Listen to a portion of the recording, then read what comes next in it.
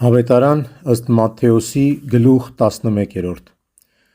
Այն ժամանակ Հիսուս պատասխան տվեց և ասաց. «Գոհություն եմ հայտնում քեզ, Հայր, Տեր երկնքի և երկրի, որ ծածկեցիր այս բան իմաստուններից և գիտուններից և հայտնեցիր մանուկներին: Այո, Հայր, քանի որ այսպես հաճելի եղավ քեզ: Ամենայն ինչ տրվեց ինձ իմ Հորից, և ոչ ոք չի ճանաչում Որդուն, եթե ոչ Հայրը, և ոչ ոք չի ճանաչում Հորը, եթե ոչ Որդին և նա, ում Որդին ուզենա հայտնել: Եկեք ինձ մոտ, բոլոր հոգնածներդ ու բեռնավորվածներդ, և ես ձեզ կհանգստացնեմ: Իմ լուծը ձեր վրա վերցրեք և սովորեցեք ինձնից,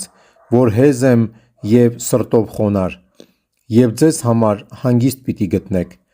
որովհետև իմ լուծը քաղցր է և իմ բեռը թեթև»: